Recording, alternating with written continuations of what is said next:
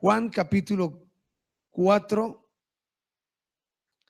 versículo 43.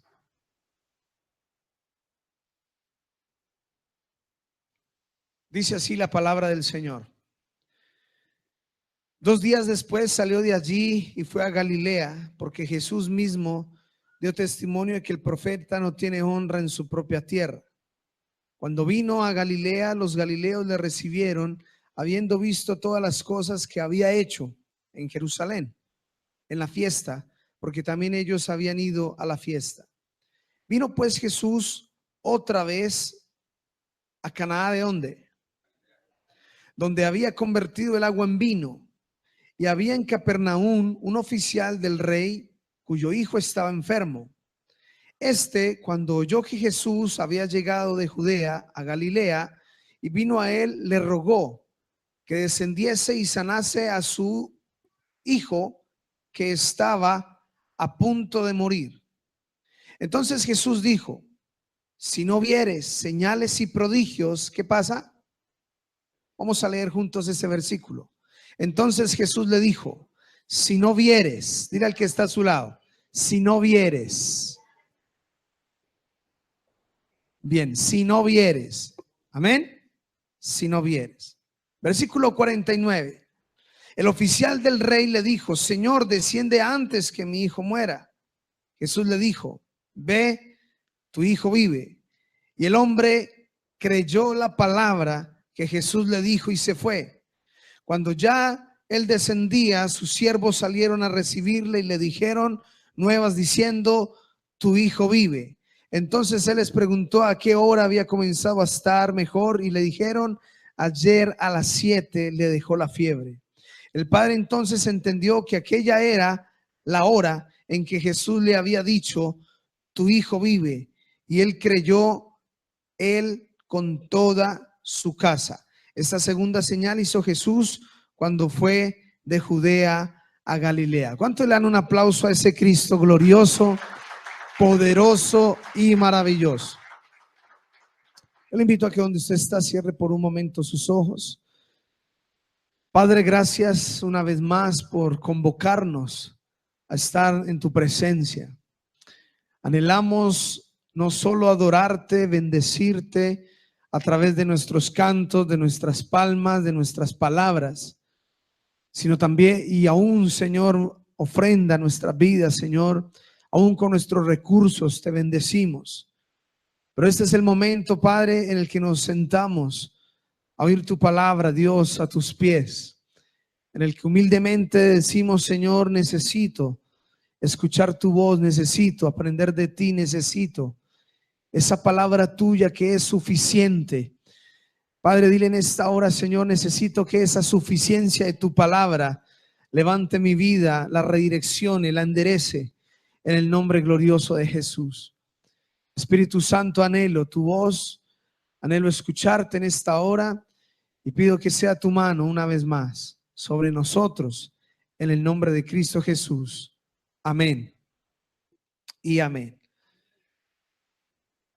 Gloria al nombre de Jesús. Bien, estamos hablando hace 8 días, aún en el encuentro, en la iglesia. Hemos estado hablando de aquella palabra que es clave en la vida del reino y que para Jesús es muy importante, una palabra de una sola monosílaba, una palabra tan sencilla pero tan grande en profundidad y determinante en todas las escrituras, que es la palabra fe.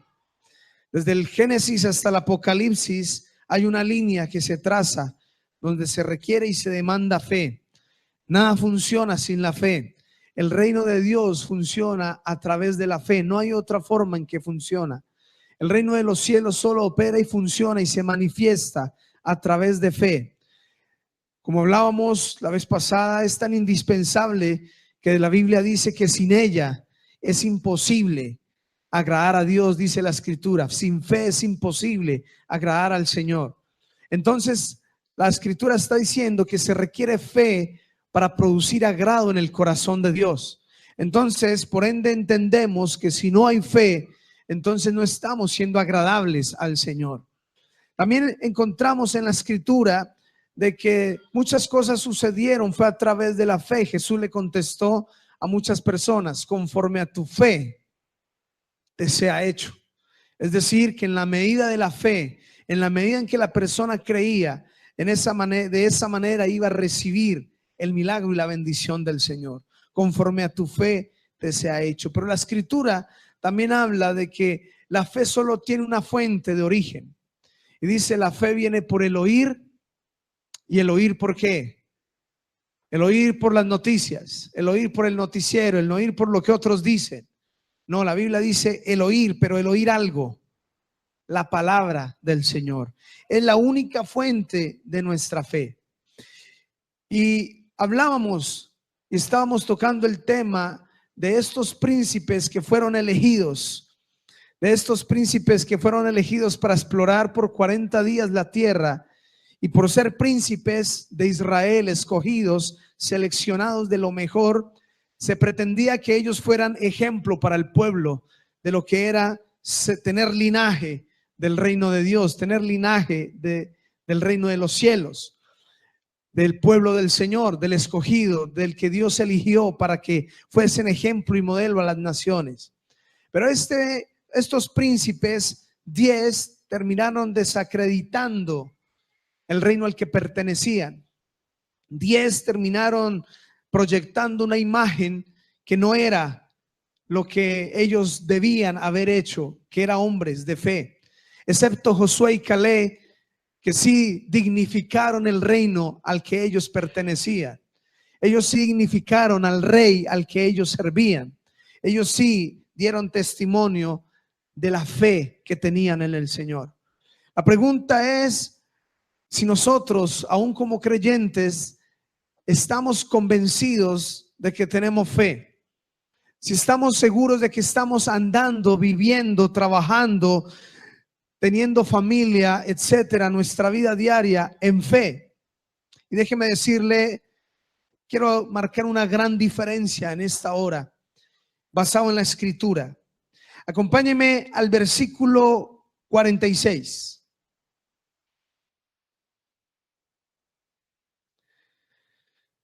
Dice: vino Jesús otra vez a Caná de Galilea, donde había convertido el agua en vino, y había en Capernaum un oficial del rey cuyo hijo estaba enfermo. Entonces vemos aquí un oficial, pero con una mentalidad diferente por su trabajo. Es un oficial, es un funcionario de un reino, de un gobierno. Como él entiende, como es un funcionario al servicio de un gobierno, pues él tiene una mentalidad clara y obviamente de dinámica de cómo funciona un gobierno y cómo funciona, pues él sirve a este rey como oficial.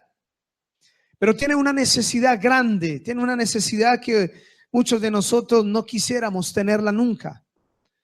Y es que nuestros hijos sean tocados. Como nos decía ahora la hermana, cuando mira a su hijo, lo ve sano, bendecido, no dice gloria a Dios. Pero cuando no es así, eso nos toca muy profundamente.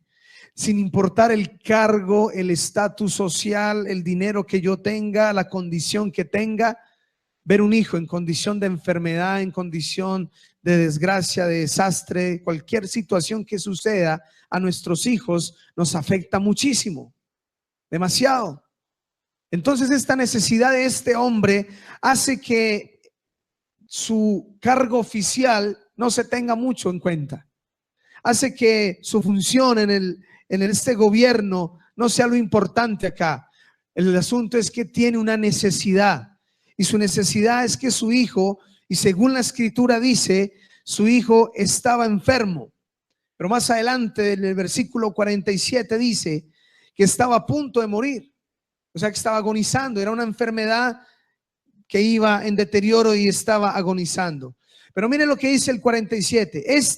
Cuando oyó que Jesús había llegado de Judea a Galilea, vino a él y le rogó que descendiese y sanase a su hijo que estaba a punto de morir. El hombre escuchó de Jesús, posiblemente por la región que está citando la Escritura y haciendo relevancia a la Escritura. Dice que ahí era donde Jesús había convertido el agua en vino.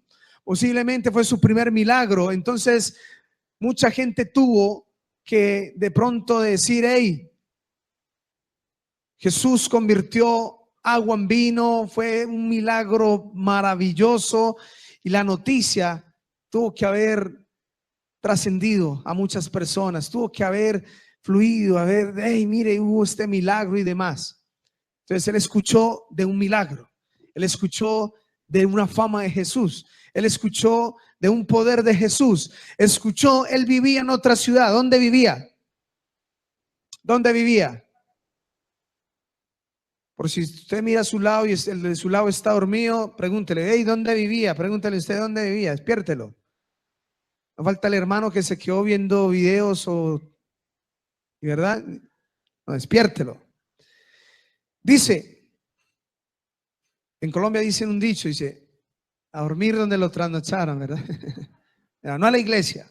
Bien, dice así, el versículo dice que él, cuando oyó Jesús había llegado a Judea, Galilea, vino a él y le rogó descendiese, ¿sí?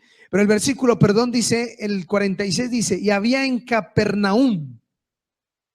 Entonces dice, ¿de dónde era? Capernaum. Pero Jesús, ¿a dónde iba? A Caná de Galilea. Entonces son dos regiones diferentes. Para no entrar ahora en detalle y poner un mapa y demás, pero vamos a mirar, hay una distancia de más o menos 32 kilómetros entre una ciudad y otra. En aquel entonces no habían los carros, no habían motos, no había, excepto los caballos, pero los caballos eran de gente exclusiva. Camello ya era más de personas más asequible, pero este hombre se transportó, quizás usaría uno de los animales, y fue que usó su posición de oficial del rey, o si no fue a pie. En aquel entonces era muy común andar a pie. 32 kilómetros, eso es mucho camino, esa es bastante distancia. Pero este hombre lo moviliza su necesidad. Si a usted le dicen, va a venir Jesús a Atlanta a hacer un milagro, sí, yo cojo el carro y me voy, ¿sí? Me voy. No, que va a ir a Dallas, no importa, ya manejo más, pero llego hasta allá a ver el milagro. Es que yo tengo una necesidad. Mi hijo se está agonizando, mi hijo está muriendo, y he escuchado que ese Jesús hace milagros, voy a ir allá. Alguien podría decir que eso es fe. No, pero tuvo fe. Pero tuvo fe quizás porque dijo, oyó hablar de Jesús, pero ¿qué fue lo que oyó hablar de Jesús? ¿Será que oyó hablar que Jesús era un milagrero? ¿Será que oyó hablar de Jesús que respondía milagros y hacía maravillas y eso lo motivó? La Biblia no dice qué fue lo que oyó de Jesús, simplemente oyó de Jesús y lo motivó. La gente a veces oye y a veces cuando estamos bajo necesidades, yo he escuchado y he visto, aún en la iglesia, he visto gente que bajo la presión de una necesidad, bajo la lucha de una necesidad, bajo la crisis de una emergencia, de una calamidad, de un milagro, donde cualquier cosa que escuchen, allá corren. Allá corren. ¿Qué es un brujo? Allá corren. ¿Qué es un yerbatero? Allá corren. ¿Qué es un médico que usa una mano? Allá corren. ¿Qué es un predicador? No importa lo que predique, pero dicen que hace milagros, allá corro. Pero parece que me mueve más la necesidad que el lugar donde voy. Me mueve más la necesidad que en sí conocer o verificar a qué fuente estoy yendo. En este hombre escuchó a Jesús, lo motivó. Mucha gente podría decir, fue la fe la que lo motivó, pero yo no creo, por el contexto de lo que vamos a leer en esta mañana. Este hombre realmente caminó, fue bajo una expectativa de que Jesús iba a hacer algo en la vida de él. Él caminó bajo una expectativa de optimismo, positivismo, como camina mucha gente hoy en la vida, aún en la iglesia. Usted le pregunta a muchos, ¿y cómo va? ¿Cómo van tus cosas? Bien, excelente, positivo, entusiasta, todo va a salir bien, todo va a salir excelente. Y uno escucha y dice, uy, ese hermano tiene fe. Y al que está a su lado, no todo lo que brilla es oro, dígale, no todo lo que brilla es oro. A veces oímos gente hablar así. Yo creo que si alguien se encontró a este hombre en el camino, ¿para dónde va? Voy a Galilea, a Caná de Galilea. ¿A qué? Jesús está ahí, Él me va a hacer un milagro. Yo creo que esa era la expectativa de él. Jesús va a hacer un milagro. Y él hablaba, no, Jesús va a responder mi petición. Él caminó con expectativa como mucha gente, pero sabe, yo me he dado cuenta en la vida que hay gente que ni va a la iglesia, hay gente que ni siquiera cree en Dios, hay gente que es atea y hasta todo lo contrario a la fe, y también es optimista. Y también usted se lo encuentra al ateo y le dice, ¿cómo va? Bien, excelente, adelante. No le va a decir bendecido y en victoria, no le va a decir eso, pero le va a decir bien, excelente, vamos, lleno de mucho positivismo, todo bien. Entonces ese también tiene fe. No confundas expectativa, optimismo con fe genuina. No confundas qué es tener fe en lo que Jesús dice y tener una expectativa. La expectativa puede darse por muchas cosas. La expectativa puede darse por muchas cosas. Vuelvo y le digo, la gente está diciendo, corra allí, que allí está sucediendo tal cosa y tengo una necesidad, entonces me genera una expectativa porque tengo una necesidad, entonces voy. Las expectativas se generan muchas veces por emociones. Las expectativas tienen mucha fuente, muchas cosas. Aún situaciones de la vida de las personas los vuelve expectantes, los vuelve guerreros, echados para adelante, con ganas de hacer cosas, pero no significa que tenga la fe que agrada y que el reino de Dios habla. Miren lo que la escritura dice, que este hombre tenía una profunda necesidad. Su petición, ¿cuál fue? Su petición era que Jesús descendiese a su casa y sanase a su hijo. Señor, y su petición fue bien interesante. Yo vengo caminando 32 kilómetros, me vengo movilizando 32 kilómetros y contextualizándolo, entonces diría, Señor, manejé hasta tal ciudad tantas horas, ahora quiero que te regreses conmigo. Su petición era bien interesante, no le importaba la agenda de Jesús. No, yo voy a ir, le voy a pedir que venga y él tiene que venir. Él va a venir y va a sanar mi hijo. A veces tenemos formas en la mente en que Jesús va a obrar. A veces como que tenemos prejuicios o situaciones ya predeterminadas de cómo queremos que Dios haga las cosas. Como Naamán.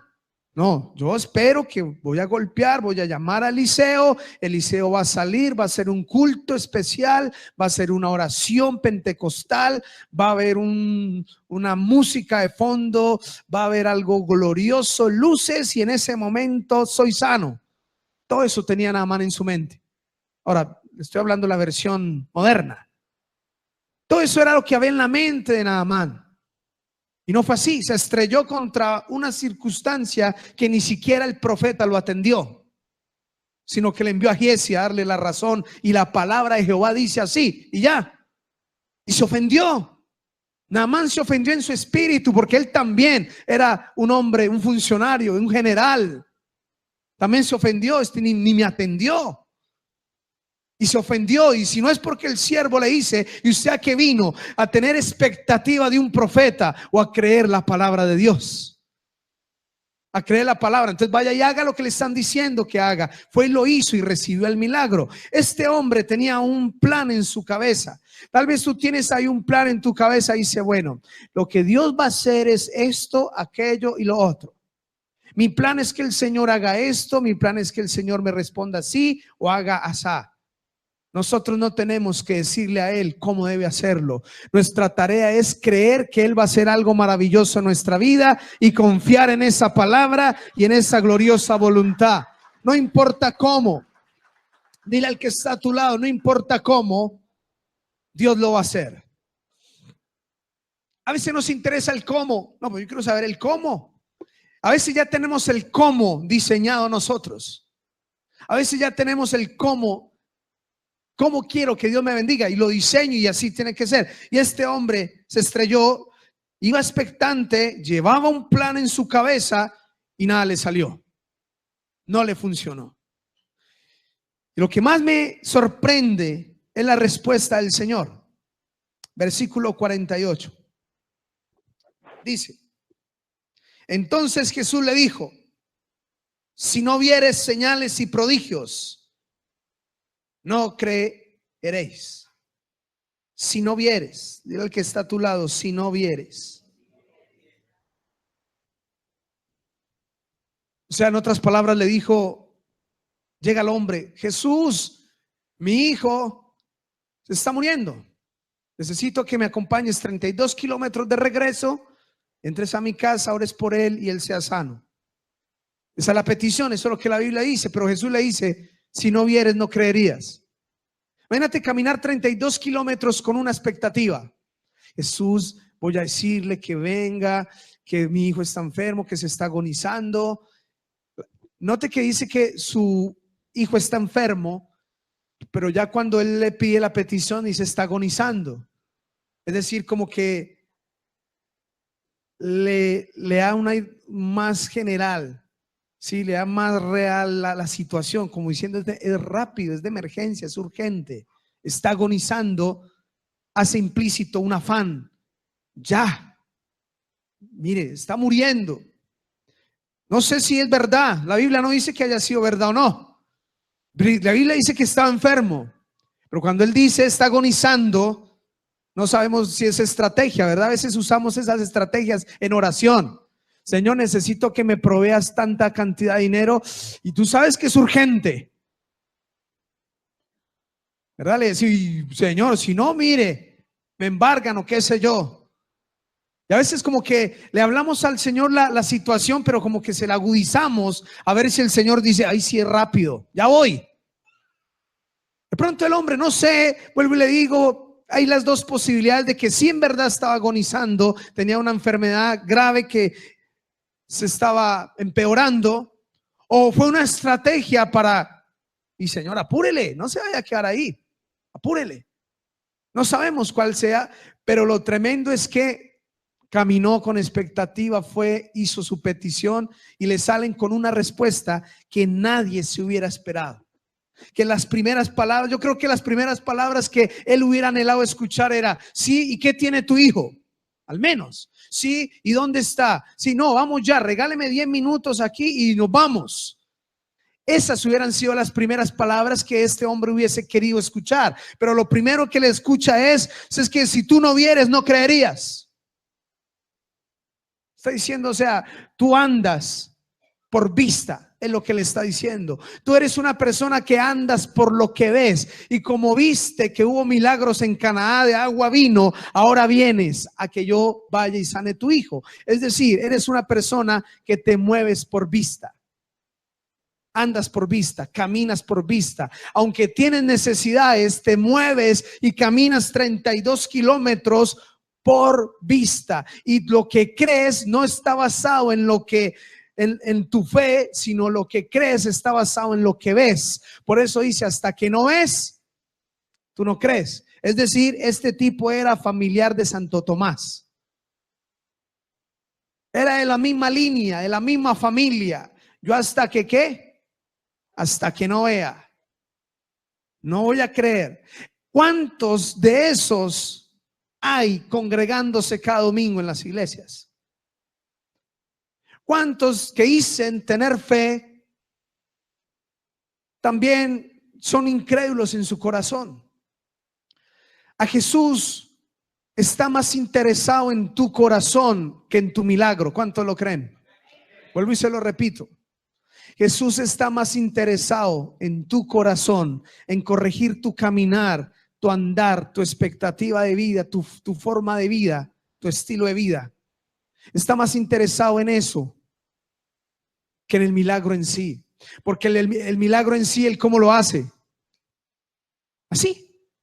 Si él quisiera, él tiene el poder de operar milagros de una manera sorprendente e inmediata. Si él quiere, puede. Solo que en su sabiduría no lo hace. Pero si él quiere, puede resolver. Entonces a él no lo tiene afanado tu enfermedad. No lo tiene afanado tu crisis familiar, no lo tiene afanado la situación financiera. Ese no es el afán de Jesús. El afán de Jesús es tu corazón. ¿En qué está fundamentado? Ese es el afán del Señor. Dale ese aplauso al Rey de Gloria. Esa es la prioridad. Darte el milagro es lo de menos, pero tu corazón está desenfocado. Entonces lo más preocupante es la condición de tu corazón, que la misma necesidad o milagro que necesitas. Esta persona venía desenfocada. Ahora, algo que hay que agregarle es que el tipo no se desanimó. Mire lo que dice el versículo 49. El oficial del rey le dijo: Señor, desciende antes que mi hijo muera.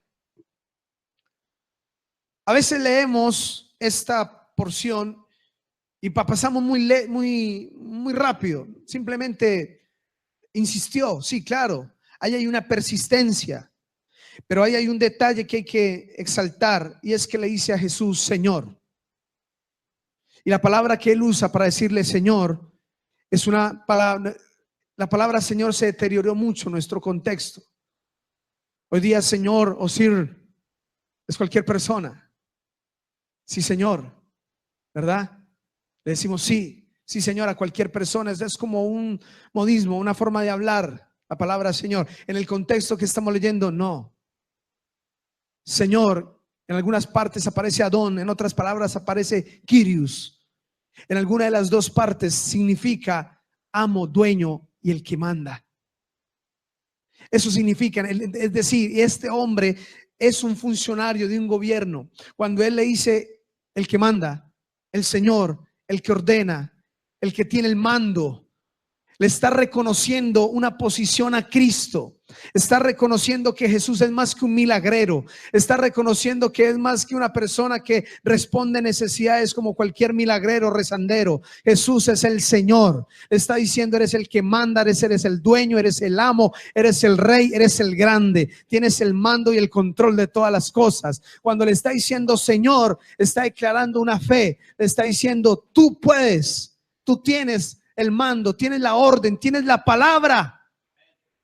Tienes la palabra. Si tú lo dices, se parece a aquel que le dijo también otro que estaba sujeto a autoridad, que le dijo: Señor, no es necesario que vengas a mi casa, una palabra tuya será suficiente. Y Jesús alabó al hombre y le dijo: tremenda tu fe. Dices que yo estoy bajo autoridad, y si tú lo dices, así va a ser. En este caso, él le dice ahora: Señor, desciende antes de que mi hijo muera, pero le está exaltando la posición a Cristo como amo, Señor y dueño. Ahora, mire lo que dice el versículo 50. Jesús le dijo: ve, tu hijo vive. Otra. Oye, y le dije Señor. Claro, bueno, ¿soy el Señor? Sí. ¿Soy el rey, el amo, el dueño? Sí, Señor. Entonces ve, tu hijo está vivo. ¿Cuántos dirían? No, si el Señor, el rey, el amo lo dijo, yo me voy 32 kilómetros creyéndolo, porque lo dijo el Rey de Reyes y Señor de Señores. Amén. ¿Cuánto le dan ese aplauso al Rey de Gloria? Y dice la escritura: el hombre creyó la palabra que Jesús le dijo y se fue. Sus 32 kilómetros de regreso son diferentes, porque sus 32 kilómetros de regreso, es decir, si el Señor lo dijo, así será. Si el Señor lo dijo, así será. Si el Señor lo dijo, así es. 32 kilómetros es buen camino. Los que estuvieron en el encuentro ya lo experimentaron en esta semana. Cuando usted viene a la iglesia, recibe una palabra, usted entiende lo que le voy a decir. La palabra de Jesús dice que cuando Él nos da la palabra y nos da la semilla, es sembrada en el terreno. Pero lo primero que se levantan son las aves, ¿verdad? Que es tipología de demonios, dijo Jesús, que vienen y quieren tomar la semilla que fue sembrada en tu corazón y de manera rápida, robar la semilla, dice la escritura. Entonces, ¿cuánto dura la fe según Cristo en la vida de esa persona? Nada. Muchos reciben la palabra y dicen: si Jesús lo dijo, así va a ser, y no alcanzan a atravesar esa puerta. Cuando viene el diablo y se la quita, y otra vez están diciendo: yo como que ya no sé. No sé, ayúdeme a orar porque no sé. Otros, Jesús dijo que lo que va a amenazar esa semilla, esa palabra que recibe de Jesús son las piedras. Le hace tipología de piedras, pruebas, luchas. A algunos le dura su fe hasta cuando viene el problema, la lucha, la dificultad, el obstáculo, y se apaga. Ese es más a medio plazo, a mediano plazo. Pero hay otros que es el trigo y la cizaña, dice el Señor, crece y ahoga y finalmente no da fruto. O sea, más largo plazo y más peligrosa quizás, donde el mundo termina siendo más fuerte que la palabra de Jesús y termina ahogando todo lo que Dios depositó en tu corazón. Pero este hombre, dice la escritura, que Jesús le dijo, ve, tu hijo vive, y el hombre creyó. O sea que llegó siendo un incrédulo porque andaba con vista. Llegó siendo una persona que andaba por vista y regresó siendo una persona de fe en el nombre de Jesús. Llegó de una manera y se volvió de otra, porque todo el que tiene un encuentro con Jesús nunca será el mismo. Nos va a cambiar y nos va a transformar en el nombre de Jesús. Y vamos a empezar a caminar no por vista, sino por fe en esta palabra. ¿Cuánta gente? Y le decía, hace 8 días le decía, ¿cuántos hoy día no están pendientes de la noticia y creen más a la palabra de Trump que a la palabra de Cristo? Están esperando que se beneficie, están esperando mejores órdenes y palabras de Trump que del Rey de Reyes y Señor de Señores. Si tú tienes fe en el Rey de Gloria y si Él te da una palabra, no importa lo que diga nadie aquí en la tierra, vale lo que el Rey de Reyes dice y las cosas son como el Rey de Gloria dice. A mi vida, la palabra que Él me haya dado, el propósito que tenga conmigo. Entonces mire lo que dice el versículo 51. Cuando ya Él descendía, sus siervos salieron a recibirle y le dieron nuevas diciendo, tu hijo vive. El hombre caminó 32 kilómetros y lo que le quería poner a meditar fue largo el camino, pero ¿cuántas aves no le atentaron robarle esa semilla en esos 32 kilómetros de vuelta? O póngalo en un contexto de ahora. Usted recibe una palabra de Jesús ahora y coge ahora su auto y se va a su casa. De aquí a allá muchas aves pueden intentar robar la palabra que Jesús te está dando. O puede ser una lucha, un problema en el camino. O pueden ser situaciones internas que ahoguen esa palabra. 32 kilómetros es bastante tiempo de luchas. La Biblia no nos relata, pero estoy seguro que hubieron al pensamiento. Más si era un hombre que andaba por vista. Ustedes se imaginan el camino diciendo, bueno, Jesús dijo, tu hijo vive, yo lo creo. Por ahí a mitad camino, ¿y si no? ¿Qué tal llegue y más bien encuentra el velorio? ¿Usted cree que no pudo haber pensado el diablo mandarle ese dardo? Que no, Jesús le mintió, va a haber es un velorio. Pudo haberle llegado ese dardo. Pero el hombre llegó y lo primero que se encontró en su casa fue una buena noticia. Amén. Fue una buena noticia. Versículo 52. Entonces él les preguntó a qué hora había comenzado a estar mejor y le dijeron, ayer a las 7 le dejó la fiebre. El padre entonces entendió que aquella era la hora en que Jesús le había dicho, tu hijo vive, y creyó él con toda su casa. Amén. Es decir, el milagro no ocurre hasta cuando yo lo veo. Diga al que está a su lado, no es hasta que lo ves. Dile, no es hasta que lo ves. Dile, es cuando lo crees. ¿A qué hora ocurre tu milagro? No cuando lo ves, cuando lo crees. Es cuando crees en la palabra, es cuando dices, Jesús me dio esta palabra, lo creo. Ahí ocurre tu milagro. Lo que sucede es que después se materializa y después lo puedes ver, pero el milagro ocurre es cuando lo crees en el plano espiritual y después se hace visible y ahí es cuando ya celebras lo que creíste. Amén. Ya celebra lo que creíste. Pero ¿qué va a celebrar el que hasta que no ve? Él no celebra nada. Por eso Jesús dijo, más bienaventurados van a ser los que creen sin haber visto. Esos son doblemente felices y es una alegría tremenda. ¿Sabe, hermano? Cuando nosotros hemos tenido todo un proceso en la vida sirviéndole al Señor en el ministerio, y el Señor nos ha dado palabras en cuanto a adquirir propiedades, en cuanto a abrir nuevos cultos, en cuanto a hacer un culto de milagros, en cuanto a hacer varias cosas. Dios nos ha dado palabras puntuales a nuestra vida ministerial, aún como familia. El Señor nos ha dado palabras diciendo: va a suceder esto. Pero esas palabras exigen actos de fe. La palabra exige actos de fe. Dile al que está a su lado: actos de fe.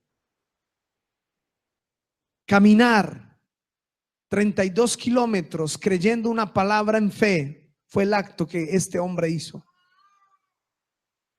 Hay actos de fe. La mujer, la viuda, Eliseo le dijo: pon las vasijas, trae vasijas vacías y van a ser llenas de aceite. Fe. Y así sucedió. Jesús dijo: trae los 5 panes, los peces, ponlos y va a ocurrir un milagro. Tuvieron que ponerlos en las manos del Señor, creyendo que algo iba a suceder en el nombre de Jesús. Siempre la fe demanda actos de confianza. La fe demanda actos de decir: aunque no veo, aunque no lo estoy percibiendo, pero Jesús lo dijo, yo tengo confianza en que así va a ser, en el nombre de Jesús. Y el diablo va a atacar, claro, porque el diablo es el del mundo, es lo que trabaja por vista, opera por lo que vemos, usa lo que vemos para afectar nuestra fe. Pero aquí la Biblia nos demanda fe. La pregunta es si realmente tienes fe, realmente has tomado las promesas de Dios, o simplemente las tomas en emoción. O simplemente las tomas en emoción y viene la prueba, viene la lucha, entonces como que desmayo. O realmente tienes una fe basada en una convicción. Por eso dice: certeza de lo que no se ve, certeza de lo que se espera, convicción de lo que aún no veo. Es certeza, es convicción, pero es algo que ya nadie mueve. ¿Por qué? Porque no lo dijo el hombre, no lo dijo el pastor, lo dijo el Rey de Reyes y Señor de Señores. Y él dijo: cree en el Señor Jesucristo y serás salvo tú y tu casa. No me lo dijo el pastor, me lo dijo el Rey de Gloria: yo y mi casa serviremos al Señor. Aquí estará mi familia honrando y glorificando el nombre de Cristo Jesús. Amén. Gloria al nombre de Jesús. Cada promesa, la escritura dice: prestarás y no pedirás prestado. Gloria a Dios por ese amén. Bueno, sí, ¿cómo así? ¿Cuándo? ¿Dónde? Tienes que creer la palabra. Tienes que creer lo que Jesús ha dicho. ¿Cuántas promesas te ha dado el Señor en esta semana? Aún en los devocionales, en los tiempos con Dios. Promesas que a veces se pasan al olvido. Promesas que a veces, como no vemos el cumplimiento momentáneo, decimos: seguro Jesús ya no lo va a hacer. Vuelvo y le digo: el milagro ocurre es cuando yo lo creo en el nombre de Jesús. Yo le invito a que en esta hora se coloque de pie, mi amado hermano.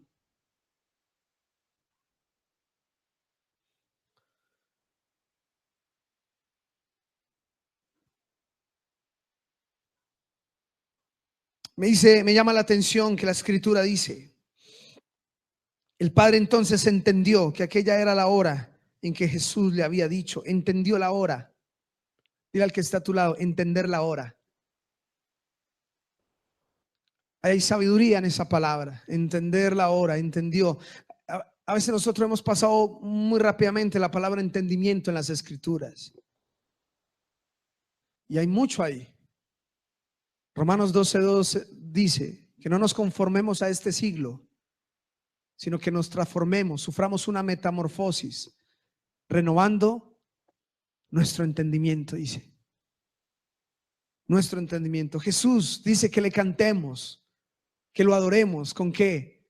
Con entendimiento.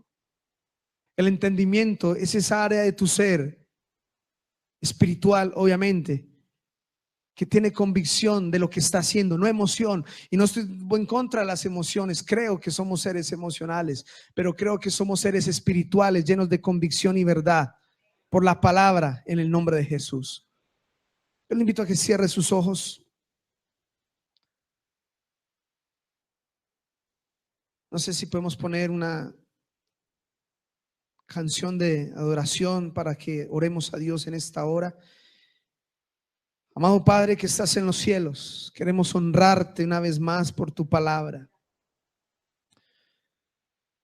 Solo tú, Padre lindo, sabes cómo estamos caminando hasta el día de hoy.